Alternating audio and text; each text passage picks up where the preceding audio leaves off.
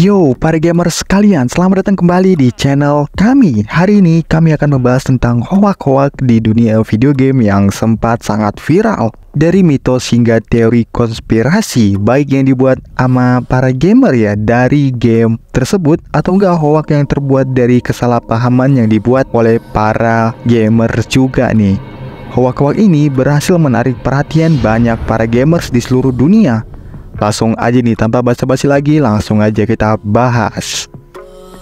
Hoak yang pertama datang dari Pokemon Red and Blue dan mitos Lavender Town Syndrome. Menurut cerita nih ya, musik di Lavender Town dalam game Pokemon ini menyebabkan para pemain, terutama anak-anak, mengalami sakit kepala, mual, dan bahkan bisa bundir. Meskipun cerita ini sangat viral dan menyeramkan, kalau di zamannya nih ya sangat mengerikan ya. Jadi di musik game ini katanya membuat sampai 100 anak-anak di Jepang bundir. Tapi nih ya nggak ada bukti nyata yang mendukung tentang klaim tersebut. Jadi hoax ini menjadi sebuah creepypasta atau cerita horor di internet yang diciptakan untuk menakuti para gamers. Tapi nih ya memang bisa dibilang musik di kota Lavender memiliki binaural beats yang memiliki efek samping saat didengarkan. Junichi Masuda memang membuat musik yang menjadi terdengar menyeramkan, tapi nggak sampai para gamersnya terhipnotis ya untuk bundir dan sebagainya. Memang agak lain.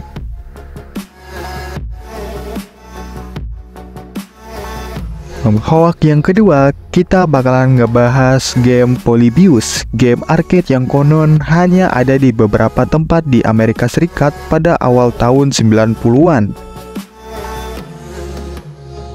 Menurut legenda, game ini dikembangkan oleh pemerintah Amerika Serikat sebagai eksperimen psikologis dan menyebabkan para pemain mengalami efek samping seperti amnesia, mimpi buruk, dan ketergantungan. Tapi nih ya, bagian yang paling mengerikan dari Polybius adalah cerita tentang pria berbaju hitam yang datang ke arcade setiap pagi untuk mengotak-atik mesin arcade tersebut. Pemilik arcade mengklaim bahwa pria-pria itu akan menjalankan suatu tes pada mesin arcade dan pergi begitu aja nih tanpa mengatakan apa-apa. Dan beberapa waktu Polybius secara misterius tiba-tiba menghilang tanpa jejak seperti tertelan bumi. Membuat banyak orang bertanya-tanya nih, apa sih tujuan dari keberadaan game tersebut dan apakah mesin game tersebut betul-betul ada? Meskipun cerita ini sangat populer dan sering disebut-sebut di mana-mana, tapi nggak ada bukti konkret nih bahwa game ini pernah ada. Hoax yang ketiga nih, salah satu hoax yang cukup terkenal di kalangan para penggemar Final Fantasy adalah kemampuan untuk menghidupkan kembali Aerith dalam Final Fantasy 7. Banyak teori dan rumor yang beredar tentang cara-cara untuk membangkitkan karakter yang sudah mati ya di tengah cerita ini. Jadi ada salah satu metode yang paling terkenal dengan mengumpulkan semua white material atau menyelesaikan quest-quest tertentu dengan cara yang tertentu pula. Ada juga nih yang mengatakan kalau para pemain harus mencapai level tertentu atau mengalahkan bos-bos tertentu, pastinya dengan cara yang khusus ya. Semua ini terdengar masuk akal, namun nggak ada nih yang berhasil ngebuktiinnya. Para pengembang dari game Final Fantasy 7 juga udah mengkonfirmasi nih kalau nggak ada cara buat ngebangkitin si Aerith karena kematiannya adalah bagian dari alur cerita dalam game Final Fantasy 7 ya. Gimana nih, kalian udah ada yang coba kah? Nah, hoax yang selanjutnya nih, hoax keempat datang dari dunia game Minecraft, yaitu tentang cerita Herobrine.